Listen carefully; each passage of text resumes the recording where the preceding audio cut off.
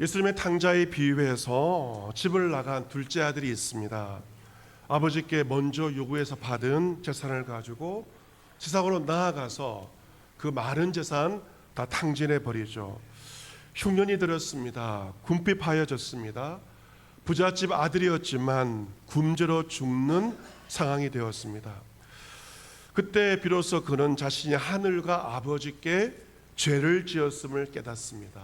인생의 어려운 과정을 통해서 우리는 큰 깨달음을 얻게 되는 것이죠. 일어나서 아버지의 집으로 아버지께로 돌아갑니다. 여러분, 회개가 무엇인가? 기독교의 회개는 눈물을 흘리는 감정적인 반응만이 아니라 방향을 바꾸는 것입니다. 방향을 바꾸어서 하나님께로 돌아가는 것.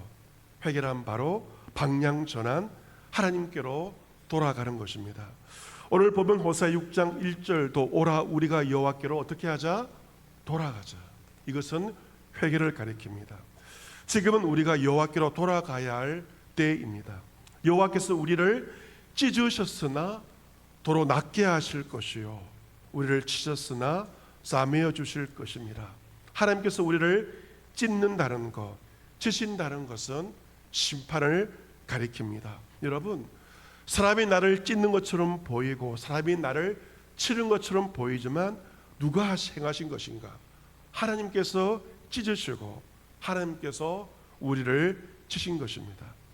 하나님께서 우리를 찢으시고 치셨지만 도로 낫게 해주시고 도로 싸매어 주신다는 것입니다. 싸매어 주시고 낫게 하신다는 것은 심판 뒤에 있을 회복을 가리킵니다. 여러분, 또 2절 말씀 보시면 여호와께서 이틀 후에 우리를 살리시며 셋째 날에 우리를 일으키시리니 우리가 그의 앞에서 살리라.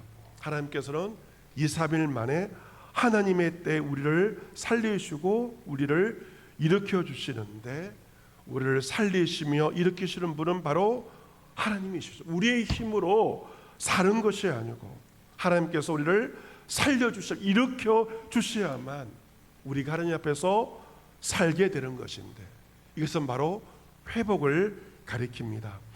이 호세아서가 예언서인데 이 예언서의 핵심은 바로 하나님의 심판과 하나님의 회복입니다. 같이 보겠습니다. 심판과 회복. 모든 예언서 핵심은 심판과 회복입니다.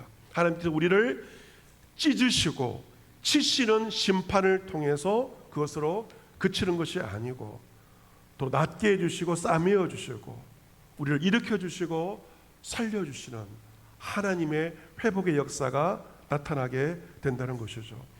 3절 말씀에 그러므로 우리가 여호와를 알자, 힘써 여호와를 알자.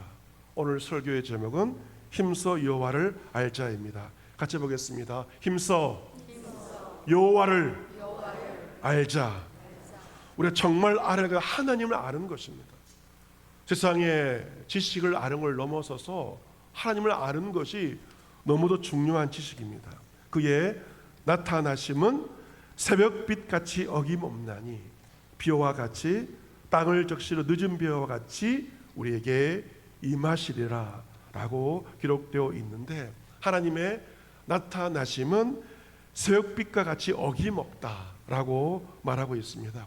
여러분께서 올해 새해를 맞이하여서 아마 일출을 보기 위해서 아마 바닷가에 가신 분도 있을 겁니다. 간절곶 가신 분도 아마 있을 건데요. 여러분, 이번에 해를 보러 갔을 때 어땠습니까? 춥지 않았습니까? 해를 보기 위해서 간절곶까지 갔지만 날이 너무 추워서 발을 동동 굴렸을 것입니다. 여러분, 해 뜨기 전이 가장 춥다고 하지 않습니까? 하지만 아무리 어둡고 추운 새벽에도 어김없이 해가 뜨는 것처럼 하나님은 새벽빛같이 어김없이 우리에게 나타나시고 우리에게 임하신다는 것입니다. 회복의 은혜를 우리에게 베풀어 주신다는 것이죠. 4절 말씀에 에브라임아 내가 내게 어떻게 하랴, 유다야 내가 내게 어떻게 하랴. 너의 인애가 아침 구름이나 시 없어지는 이슬과 같도다 라고 말씀하고 있습니다. 너의 인애란 사랑을 가리킵니다. 하지만 너의 사랑은 아침 구름과 같고 쉬 없어지는 이슬과 같다는 것입니다. 아침에 구름 해가 뜨면 사라지죠. 아침에 맺힌 이슬 역시 해가 뜨면 사라지고 마는 것입니다. 여러분, 이와 같습니다. 사람의 사랑은 아침에 구름과 같고 이슬과 같다는 것이죠. 평생을 약속한 영원할 것처럼 보이는 사람들과의 사랑이 순식간에 사라지고 없어지는 것을 우리는 경험하게 됩니다. 이처럼 사람의 사랑은 아침 구름과 없어지는 이슬과 같지만 하나님의 사랑은 영원한 사랑입니다. 하나님께로 돌아간다는 것은 무엇인가? 영원하신 하나님의 사랑, 완전하신 하나님의 사랑으로 돌아가며 하나님의 사랑을 경험한다는 것이 하나님을 안다는 것이며 하나님께로 돌아간다는 것입니다. 집으로 돌아간 둘째 아들을 아버지가 먼저 보죠. 아버지의 속을 뒤집어 놓고 집 나간 아들을 아버지는 매일매일 기다렸던 것입니다. 아버지가 모아놓은 많은 재산 순식간에 탕진해버리고 노숙자의 모습으로 집으로 터벅터벅 돌아온 둘째 아들. 행색은 초라하였고 냄새나는 모습이었습니다. 하지만 아버지는 그 아들을 보고 측은히 여깁니다. 불쌍히 여깁니다. 아들에게 달려가 그 목을 안고 그 입에 입을 맞추게 되는 것이죠. 이것이 무엇을 말씀해 주고 있는가? 우리가 그 어떤 상황 가운데 주저앉아 있다 할지라도 일어나서 하나님께로 돌아가기만 하면 하나님은 우리를 측은히 여기시고 불쌍히 여기시고 우리를 안아주시고 잔치의 자리로 인도하신다는 것입니다. 결론적으로 6절 말씀 같이 한번 읽어보도록 하겠습니다. 6절 같이 읽습니다. 시작. 나는 인애를 원하고 제사를 원하지 아니하며 번제보다 하나님을 아는 것을 원하노라. 아멘. 하나님께서 우리 무엇을 원하시는가? 두 가지를 원하고 있죠. 하나님은 제사보다 예배를 드리는 것보다 뭘 원하십니까? 인애와 사랑을 원하십니다. 하나님은 번제란 제사를 드리는 것보다 무엇을 원하시나요? 우리가 하나님을 아는 것을 하나님께서 원하십니다. 물론 예배를 드리는 것 중요하죠. 하지만 더 중요한 것은 하나님께서 인애를 원하시고 하나님을 아는 것을 원하신다는 것입니다. 우리의 예배에 하나님을 알아가야 되며 하나님 원하시는 인애와 사랑이 있어야 한다는 것입니다. 하나님을 안다는 단어, 이 안다는 단어 히브리어로 야다인데 야다라는 단어는 하나님과의 관계도 쓰여졌고 사람과의 관계도 쓰여졌는데 어떤 관계에 쓰여졌는가? 바로 부부 관계, 남편이 아내를 안다라고 했을 때 야다라는 단어를 쓰기도 하였습니다. 지구촌교회 이동원 목사님, 강해 설교로 유명하신 목사님이신데요. 필그림 수양관을 잘 지어놨습니다. 여러분께서 언제 기회가 되시면 가평에 있는 필그림 수양관 가시면 좋은데 수양관마다 사모님이 직접 그린 그림이 방마다 있는 것을 보게 됩니다. 이동원 목사님은 사모님과 결혼하기 전에 7년 동안 연애를 하셨다고 합니다. 연애를 하면서 인간적인 연애만이 아니라 성경 공부까지 하면서 7년의 시간을 보냈습니다. 목사님은 7년 동안 연애를 하고 성경으로 삶을 나누었으니 그 사모님을 알 만큼 안다라고 생각을 했다고 합니다. 하지만 막상 결혼을 해서 2, 3년 살아보니 아내를 아는 것이 아니었습니다. 그래서 언젠가 아내에게 이렇게 말했다고 합니다. 알다가도 모를 여자요. 아는 것처럼 보였지만 아내를 아는 것이 아니었습니다. 여러분께서 우리 교회 성도들과 10년을 넘게 지내고 함께 예배드려도 그 사람 잘 모르는 것입니다. 그냥 예배드려 헤어지면 어떻게 그 사람을 알 수 있습니까? 함께 밥을 먹기도 하고 차를 마시면서 대화를 나누고 이 사람이 이런 사람이구나 생각을 알게 되고 그리고 예를 들어 수련회를 간다든지 단기 선교를 간다든지 함께 숙식을 해봐야만 이 사람이 어떤 사람인지를 조금씩 알게 되는 거죠. 누군가를 알려면 남편과 아내가 함께 사는 것처럼 살아봐야만 그 사람을 알 수 있는 것이죠. 우리에게 청년들 가운데 오늘 예배드리는 사람들 가운데서 아마 청년들 가운데 연애하고 교제하고 있는 분이 있는 것으로 보여지는데, 연애를 몇 년씩 한다고 해도 아는 것이 아니고 실제 결혼하고 함께 살아봐야만 그 사람의 진 면목을 알게 된다는 것입니다. 마찬가지입니다. 하나님을 안다는 것은 머리로만 지식으로만 아는 것이 아니죠. 하나님을 안다는 것은 하나님을 경험한다. 하나님의 사랑이 하나님이라면 하나님을, 그 사랑을 실제로 경험하고 내가 체험해 봐야만 하나님을 안다라고 말할 수가 있는 것이고, 하나님을 안다는 것은 하나님의 놀라우신 사랑을 나의 몸소 체험하는 것입니다. 예수님은 호세 6장 6절 말씀을 인용한 적이 있는데요. 언제 인용하셨을까? 마태복음 9장을 보시면 예수님께서 마태의 집에 가십니다. 세리였던 마태를 나를 따르라 하셨고 부르셨고, 이제 세리 마태가 세리의 직을 내려놓고 예수님의 제자의 삶을 살게 되었습니다. 그 당시 이스라엘은 로마의 식민 지배를 받고 있었고, 이 세리는 세금을 거두는 악역을 감당했습니다. 세리는 그 당시에 민족의 반역자였습니다. 모든 사람들이 그 앞에서는 머리를 숙였지만 멸시한 사람이 세리였습니다. 예수님은 하지만 마태의 집에 가셔서 음식을 잡수시는데, 그때 동료 세리들과 죄인들이 와서 예수님과 그의 제자들과 함께 앉아 밥을 먹었습니다. 그때 경건한 종교인 바리새인들이 와서 그 광경을 보고 제자들에게 말합니다. 어찌하여 너희 선생은 저 세리와 저 죄인들과 함께 밥을 먹느냐라고 말합니다. 세리와 죄인과 함께 밥을 먹는 예수님을 정죄하고 책망하는 것이었습니다. 그 당시 바리새인들의 정결법은 세리와 죄인들과 상종하지 않는 것이었습니다. 죄인들과 분리되어야만 우리가 거룩해진다라고 여겼던 것이죠. 그들이 보기에 죄인과 함께 먹는 예수님은 똑같은 세리였고 똑같은 죄인이었던 것입니다. 예수님께서 그들의 말을 들으시고 이렇게 말씀하시죠.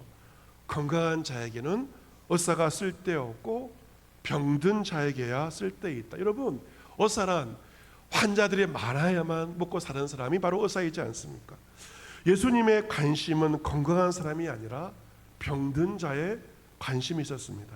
너희는 가서 내 국류를 원하고 제사를 원하지 아니하노라 하신 호세 6장 6절의 말씀이 무엇인지 잘 배워보렴. 나는 의인을 부르러 온 것이 아니다. 나는 죄인을 부르러 왔다 라고 예수님께서 말씀하십니다.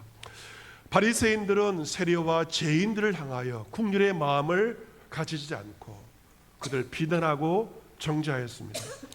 하지만 예수님은 죄인들을 향하여, 세리들을 향하여, 병든 자들을 향하여 긍휼의 마음을 가지셨기 때문에 그들과 함께 하셨고, 더 나아가 그들과 함께 식사하며 밥을 먹은 것입니다. 여러분, 긍휼이 무엇입니까? 단순한 연민과 동정만이 아니죠. 긍휼이란 창자가 끊어지는 애통함을 가지고 상대방을 품는 것입니다. 여러분, 상대방을 품는 것은 쉬운 일이 아닙니다. 창자가 끊어지는 듯한 애통함을 가지고 상대를 용납하며 나의 손해를 감수하면서까지 상대방을 살려내고자 하는 그것이 바로 진정한 긍휼인데, 예수님은 긍휼의 마음으로 세리와 죄인들을 대하시고 그들과 함께 식사하시는 것입니다. 한국 가요계에 정말 쌍벽을 이루는 가수가 있는데요. 나훈아 씨하고 남진 씨 두 사람은 연예계의 쌍벽을 이루는 가수인데요. 이 남진 씨가 교회 장로이기도 합니다. 올해 80의 나이도 많이 먹으셨는데요.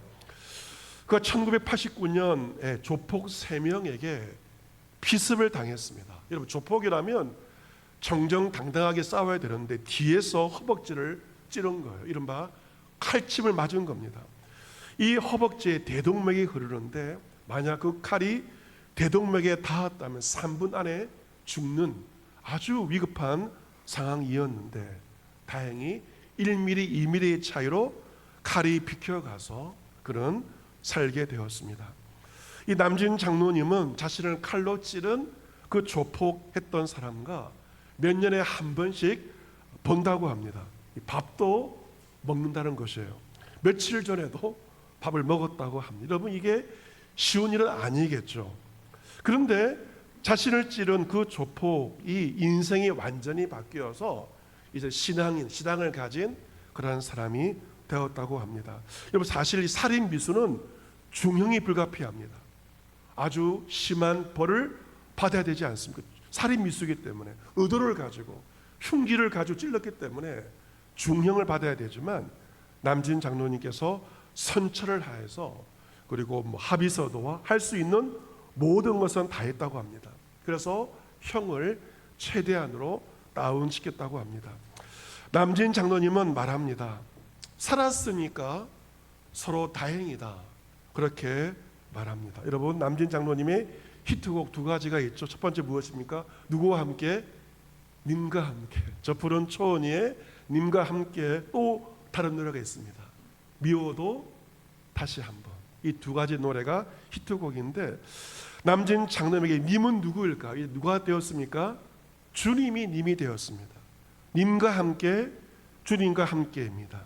주님과 함께 한다면 무엇이 가능한가? 미워도 다시 한번. 내 허벅지를 찌르고 나를 죽이려는 사람과도 밉지만 다시 한번 할 수가 있는 것이고, 나를 죽이려던 그 자와 함께 밥을 먹을 수 있는 것, 이것이 바로 긍휼이며 사랑인 것이죠.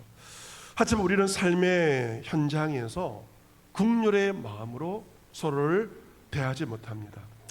예수님처럼 긍휼의 마음으로 서로를 바라보는 것이 아니고 바리새인들처럼 정죄하며 책망의 마음을 가지고 날선 자세를 가지고 서로를 대하면서 살고 있습니다. 왜냐하면 긍휼은 힘이 들거든요. 내가 힘이 들기 때문에 내가 살기 위해서 정죄하는 그쪽을 우리는 선택하며 살고 있고, 이 시대에는 예수 그리스도의 긍휼이 아닌 바리새인의 정죄만 넘치는 시대에 우리가 살고 있습니다. 하지만 하나님께서는 우리에게 말씀하십니다. 나는 무엇을 원한다? 인애를 원하고 하나님을 아는 것을, 사랑의 하나님을 아는 것을 내가 원한다. 우리는 하나님께서 원하시는 그것을 추구하며 사랑과 긍휼의 삶을 살아가야 하는 것입니다. 울산에 한 청년이 있는데요, 올해 28살에 저희 큰딸과 비슷한 나이의 청년인데요, 박진성 청년, 올해 28살인데요 그 진성 청년이 형제가 8년 전인 2017년도 여름 휴가 때 큰 사고를 당했습니다. 20살 때 이제 취업을 해서 직장을 다니다가 여름 휴가를 받고 친구들과 경북 경주에 있는 펜션으로 놀러 갔습니다. 이 20대 청년들이 모여서 술판이 벌어졌고 술자리가 이어진 새벽에 그런 수영장에서 다이빙을 했는데요, 다이빙을 하다가 머리가 수영장 바닥에 부딪혀서 사고를 당했습니다. 물속에서 17분 정도 심정지 상태로 있다가 17분간 심정지 상태로 있다가 가까스로 구조가 되었고 울산대 병원으로 이송되었습니다. 그 당시 내가 심하게 부어 주름이 보이지 않을 심각한 그러한 상태였고 의식을 회복하기 어려울 수 있다라고 의료진은 말하였지만 다행히 사흘 만에 눈을 떴고 선망 증세 속에 수술대에 오르게 되었고 의식은 되찾았지만 전신 마비 판정을 받게 되었습니다. 진성 형제는 처음에는 시간이 지나면 괜찮아질 줄 생각했습니다. 2-3달이면 다시 회사에 다니고 예전처럼 살 수 있을 거라고 생각했습니다.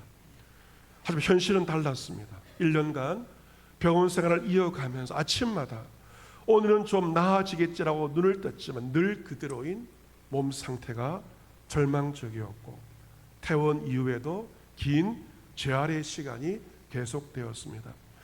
끝없는 어문 속에 빠졌습니다. 내가 다시 일어설 수 있을까? 내 몸과 내 삶이 다시 회복될 수 있을까? 그로부터 9년간의 오랜 재활과 기다림을 통해서 감사하게도 진성 형제는 삶의 방향을 다시 정립하는 회개의 역사가 일어나게 되었고, 절망의 한 복판에서 그의 고난은 사명으로 바뀌어지게 되었습니다. 진성 형제가 목사님 가정의 아들입니다. 하지만 고교 시절부터 그런 교회를 떠나버렸습니다. 기적적으로 살아났음에도 불구하고 그의 기도의 제목은 빨리 회복해서 나가 놀게 해달라, 이것이 그의 기도의 제목이었다고 합니다. 하지만 오랜 병원 생활과 치료의 과정을 통해서 다시금 그의 마음에 회개의 은혜가 임하게 되었고, 그가 들은 설교 말씀이 그의 마음을 붙들었습니다. 그것은 예수님의 뜻대로 사는 사람이 참된 믿음을 가진 사람이다. 하나님의 뜻대로 살아내는 사람이 참된 믿음을 가진 사람. 내가 아무리 교회를 오래 다닌다 할지라도 하나님의 뜻대로 살지 않는다면 내 믿음은 헛된 것이고 거짓된 것이다. 그런 깨달음을 가지게 되었고, 그 고난을 통해서 구원의 문제를 처음으로 진지하게 고민하기 시작했습니다. 사고 전 아버지와 주일 예배에서 얼굴을 마주치는 것이 전부였지만, 하지만 지금은 매일 통화하면서 아버지와 신앙을 나누면서 삶을 나누면서 살고 있습니다. 그가 전신마비 판정을 받을 때는 세상의 병원 침대가 자신의 세계의 전부일 거라고 생각했습니다. 하지만 하나님께서 열어주신 할 수 있는 작은 일을 따라가다 보니 그런 이전과 전혀 다른 새로운 삶을 살게 되었고, 이 모든 과정이 하나님의 계획 안에 있는 것을 깨닫게 되었고, 다시 일어설 용기를 가지게 되었습니다. 그런 더 큰 세상으로 나아가고 싶다는 마음을 가지고 미국 대학 진학에 도전하여서 지난해 8월 미국에서 첫 학기 공부를 마치기도 하였습니다.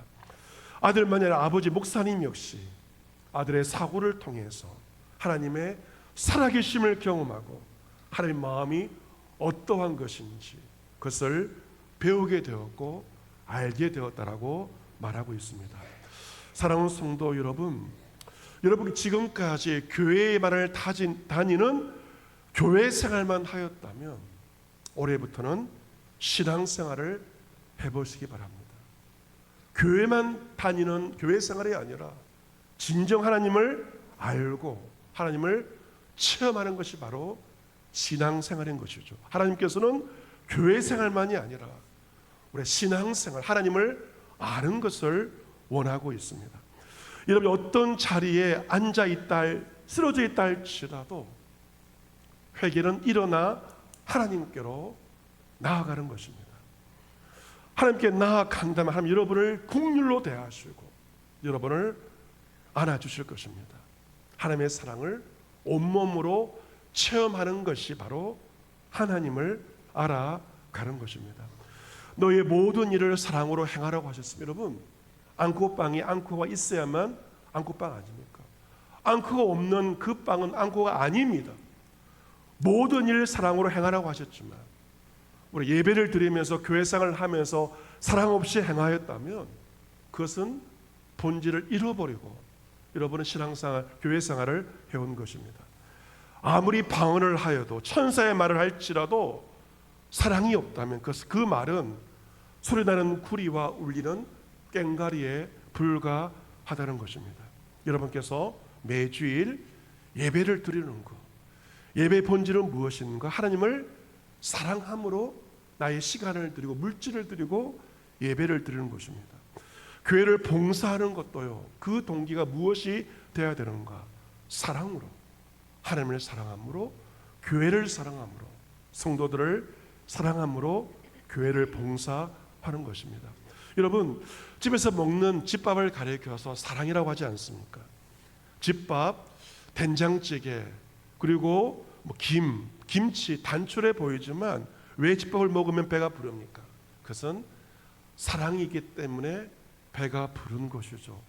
요즘은 집에서도 배달 음식을 먹기 때문에 조금은 다르지만 어쨌든 집밥에는 사랑이 있는 것입니다.